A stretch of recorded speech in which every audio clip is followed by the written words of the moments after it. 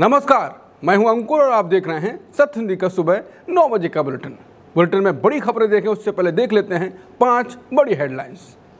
PM Modi का नया Insta video, बोले मुझे गाली देने वाले बच्चों को माफ करना चाहता हूं। मोदी के माफी वाले संदेश पर पवन खेड़ा बोले देश माफी मांग रहा था, मोदी ने देश को माफ किया। सीजेपी आंदोलन पर मंत्री बोले पत्थरों से छात्रों के फिंगरप्रिंट इकट्ठे किए जा रहे। ओडिशा मेडिकल परीक्षा पेपर लीक पर जांच शुरू, कांग्रेस बोली मोदी रील बनाने में व्यस्त। भारत इजरायल रक्षा सौदों पर उठे सवाल, गजा में हथियार इस्तेमाल की आशंका। पीएम मोदी ने जंतर मंतर विवाद पर बड़ा संदेश दिया। उन्होंने कहा कि मैं बच्चों को माफ करना चाहता हूं। प्रधानमंत्री ने सोशल मीडिया पर नया वीडियो जारी किया। यह संदेश खासतौर पर जेनजी और युवाओं के नाम था। उन्होंने कहा कि जंतर मंतर पर जो हुआ उसे देश और दुनिया ने देखा। कुछ बच्चों ने ऐसी भाषा बोली जो किसी सभ्य समाज को शोभा नहीं देती। प्रधानमंत्री ने कहा कि उन्हें भी गालियां दी गईं, उनकी दिवंगत मां के लिए भी अपशब्द बोले गए, लेकिन उन्होंने कहा कि बचपन में गलतियां हो जाती हैं, गलतियों से सीखने का मौका भी मिलना चाहिए। उन्होंने माना कि समाज में गुस्सा है, लोगों को सांस्कृतिक झटका भी लगा है, फिर भी उन्होंने कहा इन बच्चों को सजा नहीं, सही रास्ता दिखाना चाहिए। अदालतों के चक्कर लगवाने से हालात नहीं बदलेंगे। पीएम ने कहा कि मैं इन बच्चों को माफ करना चाहता हूं, समाज भी इस सोच का साथ दे। उन्होंने एक उदाहरण भी दिया। उन्होंने कहा कि कभी दांतों से जीभ कट जाती है, खून भी निकलता है, लेकिन हम दांत नहीं तोड़ते हैं। उन्होंने कहा कि दांत भी अपने हैं और जीभ भी अपनी है, वैसे ही बच्चे भी हमारे अपने हैं। पीएम ने कहा कि गुमराह बच्चों को सही राह दिखाना आसान नहीं होता, लेकिन यही सबसे जरूरी काम है। अपने संदेश के आखिर में उन्होंने बच्चों से साथ चलने की अपील की और कहा कि गलतियों से सीखिए, सपनों के साथ आगे बढ़िए। देश आगे बढ़ रहा है, आप भी आगे बढ़ें, यही मेरी कामना है। पीएम मोदी की छात्रों को लेकर रील पर विपक्ष टूट पड़ा है। कांग्रेस नेता सुप्रिया श्रीनेत ने कहा कि ये आईटी सेल वाले रात 11 बजे इनसे इस उम्र में क्या करवा रहे हैं। मोदी कह रहे हैं कि किसी भी सभ्य समाज में गालियों की जगह नहीं होती, तो कांग्रेस की विधवा, जर्सी गाय, 50 करोड़ की गर्लफ्रेंड, मुजरा क्या है, एक से बढ़कर एक घटिया गालीबाजों को फॉलो करते हैं। पहले ये बंद कीजिए। कांग्रेस सांसद पवन खेड़ा ने कहा लो कर लो बात, देश इनसे माफी मांगने को कह रहा है और इन्होंने देश को माफ कर दिया। आप सांसद संजय सिंह ने कहा कि मोदी जी आपकी मां को सिर झुकाकर नमन करता हूं, लेकिन यह बताइए आपकी मां है, मेरी मां नहीं है। आपने कहा कि विपक्ष वाले मुजरा करें, तो क्या विपक्षी दलों में काम करने वाली महिलाएं किसी की मां बहन बेटी नहीं? आपके लोगों ने तो सुप्रीम कोर्ट के चीफ जस्टिस को मां बहन की गालियां दी। संजय सिंह ने बीजेपी नेताओं की वीडियो शेयर कर कहा मैं मोदी सर से सहमत हूं, गाली गलौज नहीं करनी चाहिए, लेकिन ये ज्ञान प्राप्त करने में आपको बहुत समय लग गया प्रभु। आपके लोगों ने तो किसी की मां बहन बेटी किसी को नहीं बख्शा, सबको भद्दी भद्दी गालियां दी। प्रभु मुझे तो अपने लोगों से लाखों गालियां दिलवाई, खूब अपमानित करवाया, अब ज्ञान, वाह प्रभु वाह।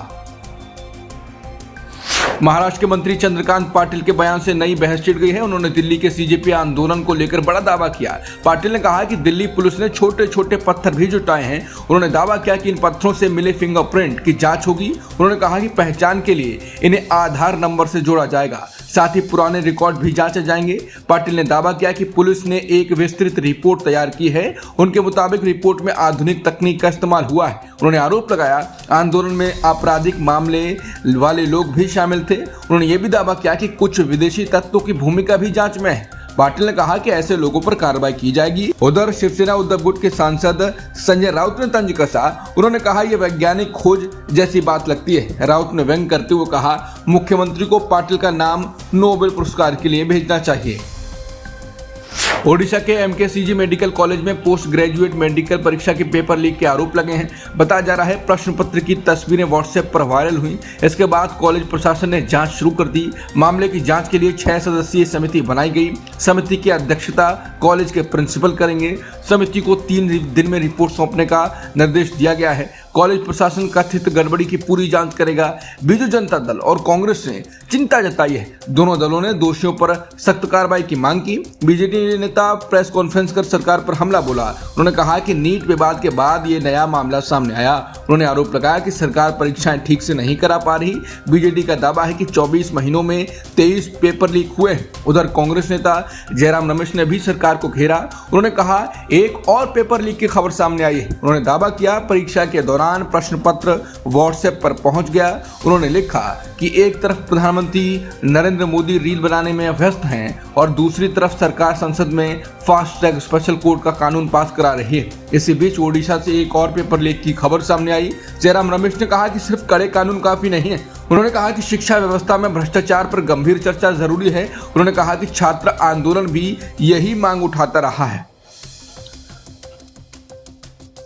संसद के मानसून सत्र के 10वें दिन संसद परिसर में उस समय अलग नजारा देखने को मिला जब बिहार के पूर्णिया से सांसद पप्पू यादव भगवा चोला पहनकर चंदा चोर के वेश में पहुंचे।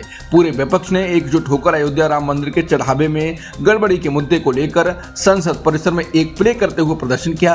पहले दान पेटी लेकर पप्पू यादव परिसर में बैठ गए, फिर नेता प्रतिपक्ष राहुल गांधी और बाकी विपक्षी सांसद दान देने लगे। जैसे ही चढ़ावा आया वैसे ही पप्पू यादव ने चढ़ावे को अपनी जेब में डाला और भागने की कोशिश की। इस बीच प्रदर्शन में छीना झपटी दिखाई गई, चढ़ावा चोरी के नारे लगे। इसी बीच समाजवादी पार्टी के सांसद अवधेश प्रसाद ने उनका गला पकड़ लिया। सांसद पप्पू यादव के इस वेश पर और विपक्ष के अनोखे प्रदर्शन पर लोकसभा स्पीकर ओम बिरला भड़क उठे और क्या कहा वो सुनिए। माननीय सदस्यगण, मैंने कई बार आग्रह किया है आपसे, प्रश्नकाल महत्वपूर्ण समय होता है, माननीय सदस्यों का है और आज शेष पटेल आपके कांग्रेस के माननीय सदस्य का है। आप प्रश्नकाल के अंदर नियोजित तरीके से गतिरोध पैदा मत करिए। आप सदन को चलने दें। प्रश्नकाल प्रियंका जी का भी आज प्रश्नकाल में क्वेश्चन है और वह खड़ी है प्रश्न पूछने के लिए, लेकिन आप सदन बाधित कर रहे हैं। और मेरा आग्रह है, मैंने पूर्व में भी कहा था कि सदन के अंदर तख्तियां लेकर आकर बैनर लेकर आना ये संसद की परंपराओं और मर्यादाओं के अनुरूप नहीं है। और कुछ माननीय सदस्य तो वेश बदल कर संसद में जिस तरीके से पहनकर आते हैं, मेरी उन माननीय सदस्यों को चेतावनी है। संसद या संसद के परिसर में मुझे कई माननीय सदस्यों ने मिलकर और लिखकर दिया है कि संसद भवन और संसद परिसर की पवित्रता बनी रहनी चाहिए, मर्यादा बनी रहनी चाहिए। लेकिन आपको जनता ने चुनकर भेजा है संसद में चर्चा संवाद के लिए। आप सदन की पवित्रता को समाप्त कर रहे हैं, उसकी गरिमा को समाप्त कर रहे हैं। मैं आपसे पुनः आग्रह करता हूं कि आप अपनी अपनी सीट पर विराजें। आप सदन नहीं करना चाहते, सदन की कार्रवाई आज 12 बजे तक के लिए स्थगित की जाती है। कांग्रेस नेता राहुल गांधी के खिलाफ चल रहे मानहानि केस में पुणे की स्पेशल कोर्ट में गुरुवार को सुनवाई के दौरान सावरकर की एक किताब को लेकर बड़ा मुद्दा उठा। शिकायतकर्ता सत्यकी सावरकर ने कोर्ट में स्वीकार किया कि उनके दादा और हिंदुत्व विचारक विनायक दामोदर सावरकर ने सावरकरांचे विज्ञानिस्ट निबंध किताब लिखी है। राहुल गांधी के वकील मिलिंद पवार ने इसी किताब की कॉपी कोर्ट में पेश की और सत्यकी सावरकर से सवाल किए। वकील ने किताब के कई हिस्से पढ़कर सुनाए। कोर्ट में बताया गया कि इस किताब में सावरकर ने अंधविश्वास से दूर रहने और वैज्ञानिक सोच अपनाने की बात कही थी। किताब में सनातन धर्म को प्रकृति के नियमों और बदलते समय के साथ विकसित होने वाली व्यवस्था के रूप में समझाने का भी जिक्र किया गया है। सुनवाई के दौरान सावरकर के उन लेखों का भी हवाला दिया गया जिनमें उन्होंने धार्मिक कर्मकांडों और कुछ परंपराओं पर सवाल उठाए थे। वकील ने किताब के ऐसे हिस्से पढ़े जिनमें सावरकर ने भगवान और धार्मिक आस्थाओं को लेकर अपने तर्क रखे थे। सत्यकी सावरकर ने कोर्ट में माना ये किताब उनके दादा विनायक सावरकर ने ही लिखी थी। हालांकि उनके वकील ने गांधी और के वकील द्वारा इस किताब के इस्तेमाल पर आपत्ति जताई। अदालत ने कहा कि क्योंकि सत्यकी ने अपनी गवाही के दौरान इस किताब का उल्लेख किया था, इसलिए बचाव पक्ष को इस पर सवाल पूछने का अधिकार है। कोर्ट ने इस मामले की सुनवाई अब भी पूरी नहीं हुई है और अगली सुनवाई 4 अगस्त को होगी। सावरकर की किताब को लेकर कांग्रेस ने निशाना साधा। कांग्रेस नेता सुप्रीत ने एक्स पर लिखा कि जो लोग सावरकर का महिमा मंडन करते हैं उन्हें यह जरूर पढ़ना चाहिए। उनके अपने पड़पोते ने अदालत में स्वीकार किया है कि विनायक सावरकर ने ऐसे लेख लिखे थे जिन्होंने आस्था का मजाक उड़ाया, ईश्वर के अस्तित्व पर सवाल उठाए और मान्यताओं को मूर्खतापूर्ण बताया। सुप्रिया का कहना है कि इससे पहले सत्यकी सावरकर ने अदालत में यह भी स्वीकार किया था कि सावरकर ने अंग्रेजों के सामने 10 दया याचिकाएं दायर की थी और रिहाई की भीख मांगी थी, जबकि किसी अन्य क्रांतिकारी ने ऐसा नहीं किया था। सोचिए, सावरकर जैसा व्यक्ति भाजपा सहित दक्षिणपंथी इकोसिस्टम का सबसे बड़ा नायक है। सच में उन सब पर तरस आता है। अंतर्राष्ट्रीय मानवाधिकार संगठन एमनेस्टी इंटरनेशनल ने भारत और इजरायल के बीच रक्षा सौदों को लेकर सवाल उठाए। संगठन का दावा है कि 7 अक्टूबर 2023 के बाद भारत से इजरायल भेजे गए हथियारों, सैन्य उपकरणों और पुर्जों का इस्तेमाल गजा में हो सकता है। एमनेस्टी ने शिपमेंट ट्रेड डेटा का आधार पर 2500 से अधिक खेपों की जांच करने का दावा किया है। रिपोर्टों के मुताबिक भारत से इजरायल को छोटे हथियारों के करीब 4 लाख पुर्जे, विस्फोटक हथियारों के 5.5 लाख से ज्यादा कंपोनेंट्स और सैन्य वाहनों से जुड़े करीब 300 पुर्जे भेजे गए। संगठन ने कहा कि उसने केवल सैन्य इस्तेमाल से जुड़े सामानों को जांच में शामिल किया। वहीं भारत इजरायल के लंबे समय से चले आ रहे रक्षा सहयोग को लेकर इस रिपोर्ट के बाद अंतर्राष्ट्रीय स्तर पर सवाल उठने लगे।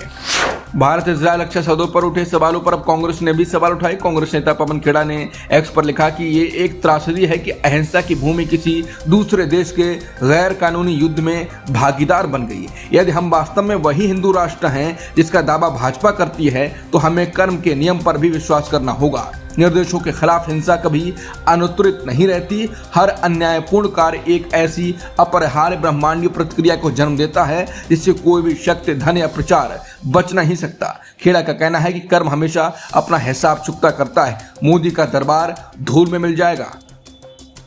गलवान झड़प के बाद पहली बार चीन के राष्ट्रपति शी जिनपिंग सितंबर में होने वाली ब्रिक्स समिट में शामिल होने के लिए भारत आ सकते हैं। मीडिया रिपोर्ट्स के मुताबिक चीन ने भारत की अध्यक्षता में होने वाली ब्रिक्स बैठक का समर्थन किया है और इसी वजह से जिनपिंग के दौरे की संभावना बढ़ गई है। ब्रिक्स समिट 12 और 13 सितंबर को नई दिल्ली में आयोजित होगी। हालांकि शी जिनपिंग के भारत दौरे को लेकर अभी आधिकारिक घोषणा नहीं हुई है। भारत की ओर से उन्हें समिट में शामिल होने का न्योता पहले ही भेजा जा चुका है। अगर जिनपिंग भारत आते हैं तो ये दौरा बेहद अहम माना जाएगा, क्योंकि गलवान झड़प और LAC पर सैन्य तनाव के बाद ये उनकी पहली भारत यात्रा होगी। इससे पहले वो साल 2019 में महाबलीपुरम में PM मोदी के साथ अनौपचारिक बैठक के लिए भारत आए थे।